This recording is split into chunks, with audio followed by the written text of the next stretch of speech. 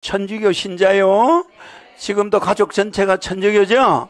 그런데도 내 분석을 해서 지금 이게 몇 번째야? 29번째. 이거 책으로 써도 한 권이야, 한 권. 나중에 이 책이 나올 거야. 아직까지 지구 인류 역사상 이 메시아 신인을 이렇게 증거하는 시리즈는 이게 처음이야. 더군다나 허경영을 따르는 초종교 하늘궁의 종교가 아닌 가톨릭을 믿는 수자가 이거를 쓴 거야. 굉장히 객관적이죠? 이거는 주관적이 아니라 객관적으로 정확하게 썼다는 거. 맞죠? 이 사람 지금도 가톨릭이야. 그런데 내가 재림 예수라는 걸 증명하는 글을 29번째 썼어. 알겠죠? 그럼 앞으로도 계속 나오겠지? 그러면 이거는 나중에 책으로 나가. 지금 선거 기간이니까 책으로 안 나가고 선거 기간이 끝나면 아마 책으로 편집하고 있을 거야. 이게 나가면 이게 전국의 베스트셀러가 돼. 지금 이 사람은 그냥 우리한테 써주지만 이거는 나중에 저분이 원고로 책을 내잖아. 그럼 이게 전 세계 베스트셀러로 올라가. 알았죠? 그래서 이렇게 허경영이 증명되는, 신인이 증명되는 착착 진행되고 있어. 지금은 선거기간이라 불로의 이야기나 이런 거 안 해. 안 하는 대신에 허경영이가 재림예수인 10가지 증거를 이야기하고 있죠? 한번 들어봅시다. 허경영, 그가 재림예수인 10가지 증거. 허성정, 대륙백제 만주신라의 저자. Even if the sun refused to shine. 비록 태양이 꺼져버린다 할지라도. Even if tonight is just a dream. 비록 오늘 밤이 꿈으로 끝난다 할지라도. I will be with you forever. 나는 당신과 함께 영원히 있을 것입니다. 허경영. 신인 허경영의 본 모습이 드디어 수면 위로 떠올랐다. 그간 70여 년 동안 감추어졌던 허경영의 신원이 삼위일체의 화신이요 재림예수였음이 확인되고 있다. 최근 몇 년 전부터 신인 허경영은 그 자신이 2000년 전의 예수였음을 진지하게 고백하고 있다. 신인 허경영은 2018년 그의 세수 나이 70이 되면서 서서히 자신의 본 모습이 창조주의 화신이요 재림예수라는 사실을 선포하기 시작하였다. 그로부터 6년이 지나가는 현재까지 그는 2000년 전 자신이 이스라엘 땅에 예수라는 이름으로 왔을 때의 비화를 털어놓고 있다. 그의 고백은 그 자신이 재림예수가 아니면 털어놓을 수 없는 얘기를 들려주고 있다. 이로써 신약성서에서 이해되지 않는 여러 예화의 상당 부분이 해석되기 시작하였다. 예를 들면 2000년 전 예수의 청년 시절에 대한 얘기는 신약성서의 미스테리로 남아있다. 루가복음과 사도행전을 쓴 루가는 존경하는 데오필로 각하께 예수의 행적을 처음부터 끝까지 조사하여 보고드리겠다고 했다. 보고하겠다고 이야기해놓고 내 청년 시절을 싹 다 빼버렸어. 그러니까 예수에 대해서 모든 걸 조사해오라고 그랬는데 그 높은 사람한테 보고서를 쓰면서 내가 4살 때부터 30살 때까지 기록을 다 하나도 없어. 빼버리고 그냥 목수였다, 목수의 아들이 이 소리만 하고 있는 거야. 그러니까 성경에 그 내용이 없죠? 그게 내가 동방을 여행한 기록이야. 동방. 맹구스대하고 같이 있었던 거, 석가모니 제자들하고 같이 있었던 거, 뭐 여러 이슬람하고도 같이 있었던 거, 여러 종교를 답사를 했다는 거. 알았죠? 그러니까 내가 소년 시절, 청년 시절이 전부 동남아 일대를 여행한 겁니다. 그리고 내가 30살에 예루살렘에 도착해. 알겠죠? 해놓고 정작 그의 복음서와 사도행전에는 예수의 청년 시절에 관한 어록과 행적이 없다. 이것은 루가복음사가의 뜻이 아니었을 것이다. 그렇다면 신약성서 편집자들은 루가가 자세히 조사해놓은 예수의 청년 시절 기록을 왜 빼어버렸을까? 초대교회 관계자들은 무엇을 기준으로 정경과 비정경을 구분했고 예수의 청년 시절 어록과 행적 부분을 왜 빼어버림으로써 신약성서를 절름발이로 만들어 놓았을까? 여러분들이 보는 성서는 절름발이 성서야. 왜냐하면 나의 청년 시절이 있어야 나를 이해할 거 아니야. 그러니까 내 청년 시절은 영적으로 갈구하던 시절이야. 알겠죠? 그러니까 세계의 성자들 만나러 다닌 거야. 전부. 알겠죠? 근데 그걸 다 빼버린 거예요. 초기 가톨릭 교회가 성서의 목록을 결정하던 시절로 돌아가 보면 정경에 포함되지 않은 비정경에도 예수의 어록과 행적이 기록된 것이 많다. 이른바 비정경으로 분류된 도마복음서에 보면 주목할 만한 예수의 어록과 행적들이 항목별로 기록되어 있다. 이스라엘의 사해동굴과 이집트의 나그 함마디에서는 예수 시절과 가까운 시기에 기록된 성경들이 대거 발굴되었다. 그 내용을 살펴보면 지금의 신약 성서에 왜 도마복음서 같은 것을 정경에 편입시키지 않았을까 하는 의문이 들 정도로 좋은 기록들이 많이 나온다. 도마복음서에는 내 청년 시절이 기록돼 있어요. 근데 저 도마복음서를 가톨릭에서 빼버린 거야. 알겠죠? 한편 성서 분석가들의 조사에 의하면 신약 성서에는 불교의 법화경에 나오는 것과 같은 내용의 사건과 예화가 40여 곳이나 나온다. 내가 인도에 있었다고 그랬죠? 그러니까 그 인도에 불교적인 게 많이 들어가 있는. 예를 들면 법화경의 부자아비 장자와 거지 아들 궁자의 얘기는 신약 성서의 탕자의 비유와 거의 유사한 내용이 나온다. 동양을 대표하는 종교인 불교경전과 서양을 대표하는 종교인 성서의 유사한 내용이 40여 곳이나 나온다는 것은 엄청난 충격이다. 불교의 법화경이 신약 성서를 베낀 것인지 기독교의 신약 성서가 불교의 법화경을 베낀 것인지는 여러 가지 얘기와 학설이 분분하다. 두 개가 비슷해요. 근데 제일 비슷한 거는 아멘이야. 불교의 모든 연불은 아멘이야. 아미타불이 아니고 아오멘. 아오멘. 옴이라니까 옴. 옴이 발음이 아멘이야. 아멘의 합성어가 옴이라고 불러. 한문으로는 그냥 옴이라 하는데 그게 발음이 아오민. 알았죠? 그러니까 아기가 태어날 때 아빠, 엄마, 이 인간이 최초하는 말이야. 아오민. 그러니까 엄마, 미음도 들어가고 오도 들어가고 아도 들어가. 그래서 아오민이야. 그래서 그 아오민을 빨리 하면 아멘이 되잖아. 그래서 불교의 모든 연부를 끝나면 아오멘 하거든. 그러니까 이게 내가 이스라엘에 가서 썼던 말이야. 아오민이. 근데 그게 기독교인들이 아멘 하고 있잖아. 그러면 이슬람도 끝나면 아멘 그래. 이슬람도 아멘 그러잖아.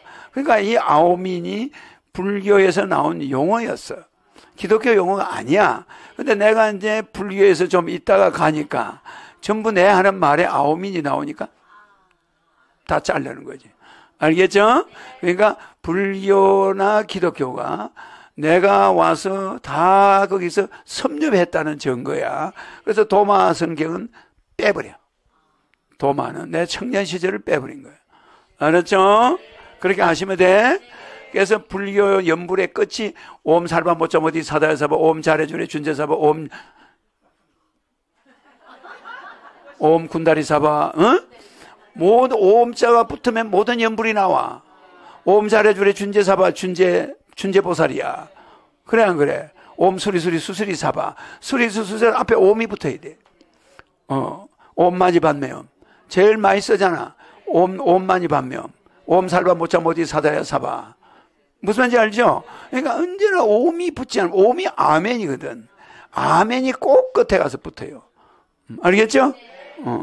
앞으로 이런 부분을 확인하는 과정에서 재림예수로 확인된 신인 허경영의 한마디는 동서양의 종교계에 엄청난 이슈를 만들며 센세이션을 일으킬 것이다.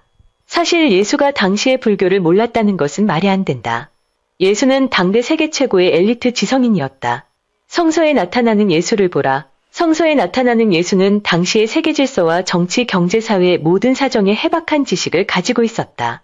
예를 들면 이스라엘의 기득권자들인 바리사이들이 예수를 함정에 몰아넣기 위해 로마의 카이사르에게 세금을 내어야 하는지를 물었다. 예수는 해박한 지식으로 하느님의 것은 하느님께 바치고 카이사르의 것은 카이사르에게 바쳐라라는 지혜로운 답변을 해낸다. 저렇게 답을 안 했으면 내가 또 미리 죽었어. 저렇게 약점 항변을 자꾸 물어요.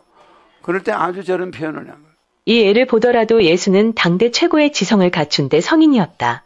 그런 그가 당시 중동과 이스라엘을 휩쓸고 있었던 불교를 몰랐을 리가 있겠는가?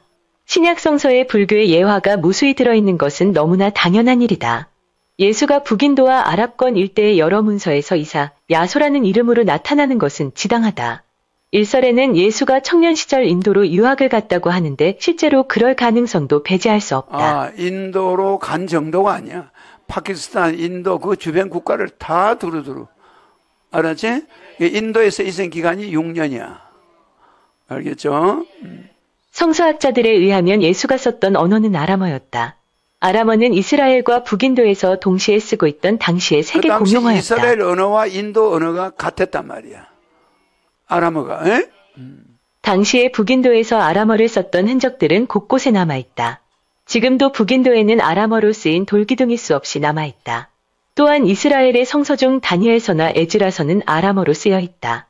이것을 보더라도 당대 최고의 지성인이었던 예수가 불교를 몰랐다는 것은 말이 안 된다. 예수는 당대 세계 최고의 지성인으로서 당대 최고의 종교였던 불교를 알고 있었던 것이 확실하다. 문화의 세계와 양상은 옛날이라고 해서 지금과 크게 다르지 않다. AD 1세기 예수 시절 당시의 바닷길인 항해술은 생각보다 발달되어 있었다. 육로길인 초원의 비단길도 시속 60km로 달리는 말을 빌리면 유럽에서 만주와 한반도까지 15일 이내에 도달할 수 있었다. 구전으로 전해오던 모세 율법서가 BC 10세기에 기록되기 시작했는데 여기에는 BC 18세기의 함무라비 법전에 들어있다. 예를 들면 눈에는 눈, 이에는 이 같은 동태복수법은 함무라비 법전에 있는 것이다. 그런데 이것이 모세의 율법서에도 나온다.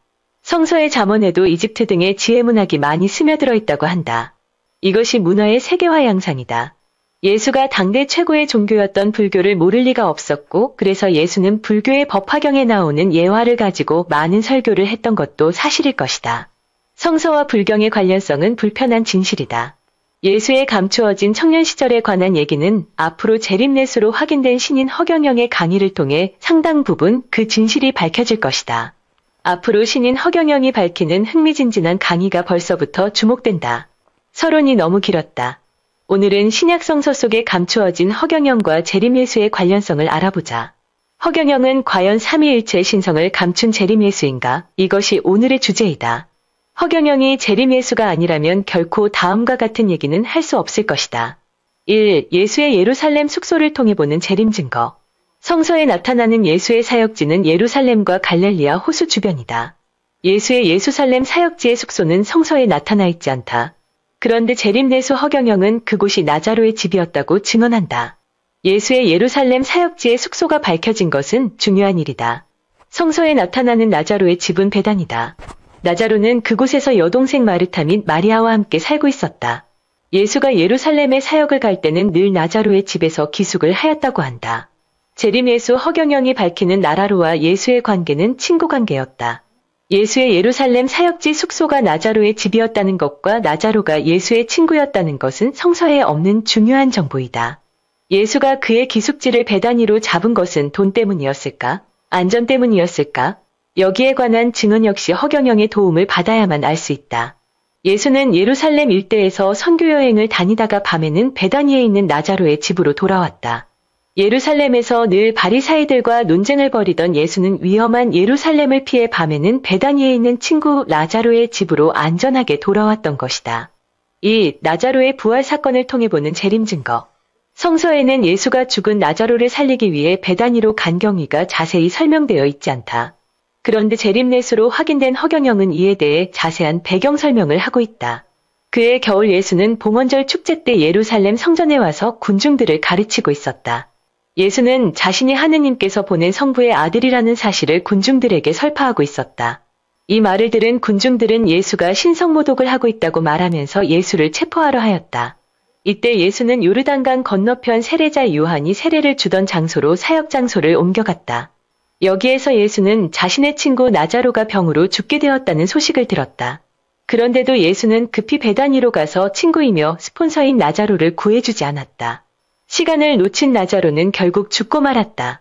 왜 예수는 의리없게도 나자로를 죽기까지 돌보지 않았을까? 그 이유 역시 재림예수인 허경영의 도움을 받지 않고서는 알 길이 없다. 죽은 지 3일이나 되어 시신이 썩어 있던 나자로는 예수의 도움으로 되살아났다.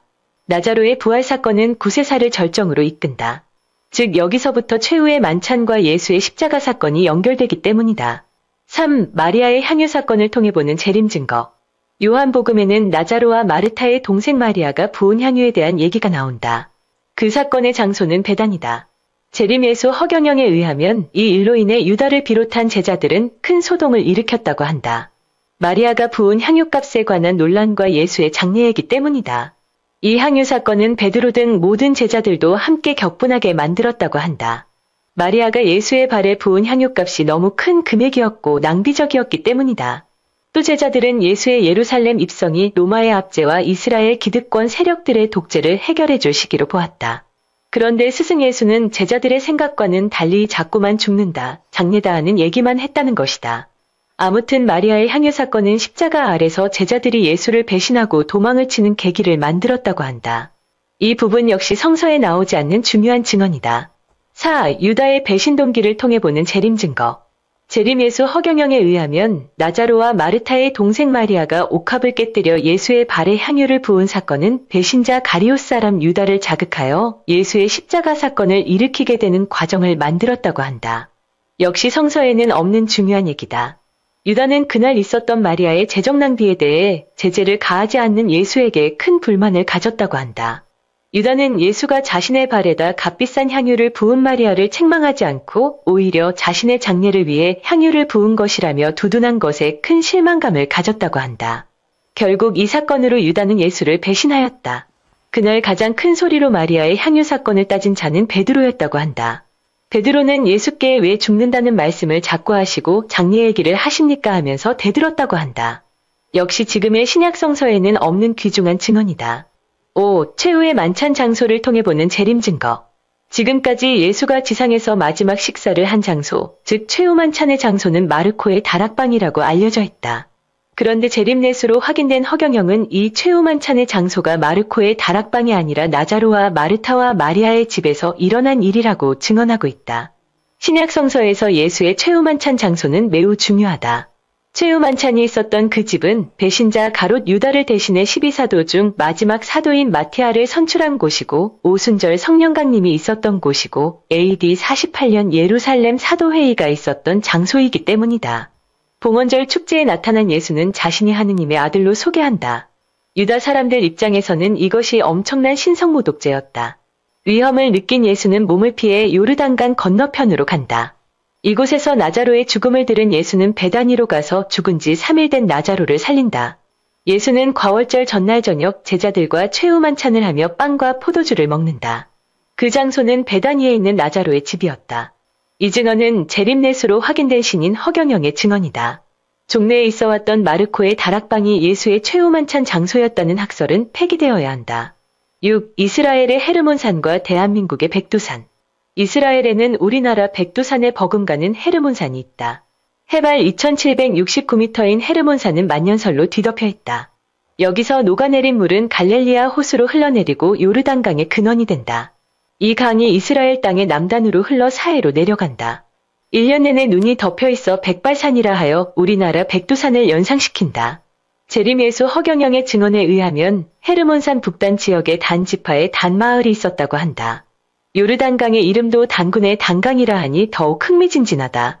이스라엘의 12지파 중 단 지파에는 삼손이 있다. 삼손은 성서에 나오는 가장 유명한 판관 중에 한 명이다. 삼손과 들릴라라는 영화도 나왔듯 괴력을 가진 삼손은 들릴라라는 여자의 꿰매 빠져 머리카락이 잘리고 고난을 받다가 마지막에 통쾌한 역전을 일으킨다. BC 11세기 삼손 이후 이스라엘의 12지파 중 단지파는 어디론가 사라져버렸는데 그것이 우리 역사 단군조선과 연관이 있다고 하니 참으로 기이한 역사의 아이러니다. 실제로 우리나라의 한문 글자에는 성서의 창세기에 등장하는 수많은 역사들이 한자글에 등장한다. 7. 이스라엘 역사와 한국의 역사를 통해 보는 재림 증거. 이스라엘은 아시아의 서쪽 맨 끝에 존재한다. 대한민국은 아시아의 동쪽 제일 끝에 존재한다. 이스라엘에는 백발산 헤르몬산이 있고 한국에는 백두산이 있다. 이스라엘 사람들은 갓을 쓴다. 대한민국 사람들도 갓을 쓴다. 한국의 한문에는 이스라엘의 창세기가 들어있다. 신인 허경영에 의하면 아담은 한국 역사의 환웅이다. 아담 환웅의 10대 손이 노아다. 노아의 5대 손의 욕단이고 그에게는 13아들이 있었다. 그 13번째 아들이 하윌라다. 이 하윌라가 중국의 천산산맥을 넘어 만주로 들어오면서 단군하윌라, 즉 단군할아버지가 되었다고 한다.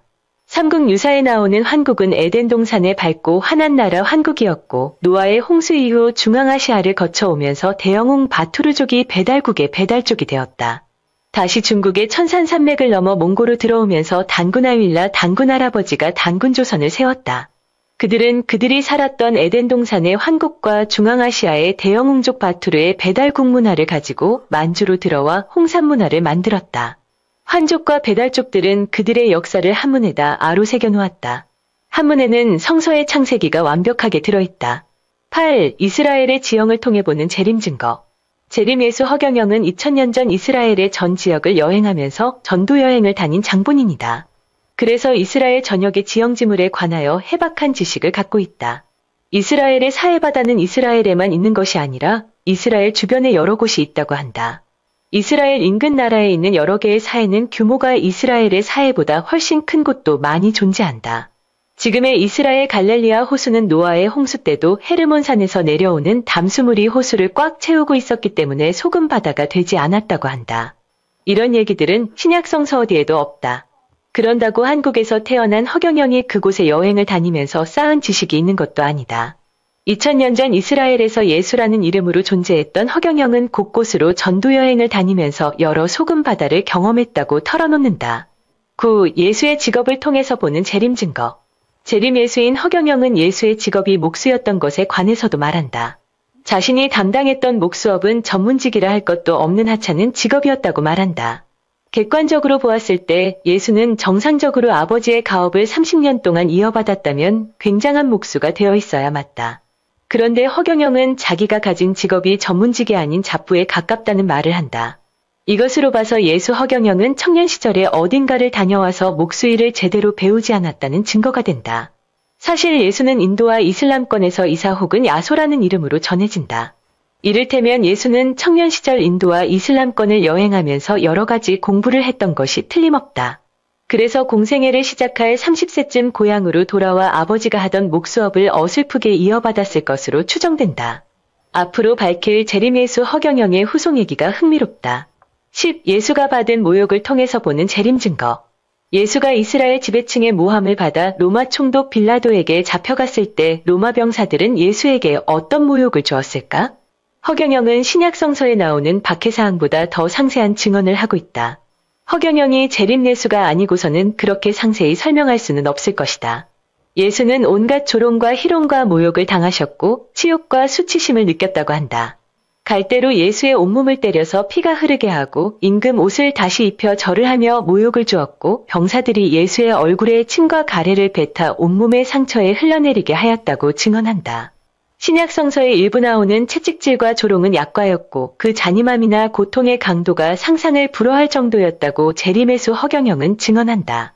예수가 세상에서 실현하고자 했던 혁명은 영성혁명이었다. 그러나 로마 병사들이 예수에게 가한 린치는 정치적 목적의 고문이었다. 이상과 같은 10가지 예를 보더라도 허경영은 재림한 예수가 틀림없다. 지금의 허경영은 특별히 이스라엘을 여행한 사람이 아니다. 그런데도 이스라엘의 지형지물에 상당히 익숙하다. 이것은 신인 허경영이 2000년 전 이스라엘에서 살았던 경험이 있었다는 확증적 증거다. 신약성서에 나오는 예수의 말씀과 행적은 예수 자신이 직접 기록한 것이 아니다. 그렇기 때문에 성서기자가 기록한 예수의 말씀과 행적은 사실과 다르게 쓰여질 수 있다. 앞으로 허경영은 신약성서에 나오는 여러 사건들에 대한 잘못된 해석들을 바로잡아줄 것이다. 기독교인들은 날마다 주기도문을 외운다. 하느님 아버지의 이름이 빛나시며 아버지의 나라가 오시며 아버지의 뜻이 이루어지기를 바란다. 재림한 아버지 허경영은 이 땅에 와서 자기 자식들을 찾고 있다. 그런데 정작 자식들은 재림한 아버지 허경영을 알아보지 못한다. 가톨릭을 포함한 전 세계 30억 명의 범기독교인들은 들어야 한다. 모든 기독교인들과 인류는 지상에 도래한 자신의 아버지 허경영을 알아보아야 한다. 허경영의 손과 발에는 예수의 십자가 상처가 그대로 박혀있다. 그분의 이름자 허경영에는 성부, 성자, 성령이 들어있다. 마리나타, 주여 오소서. 요한계시록 22장 20절. 2024년 3월 8일 북향 99배 하옵고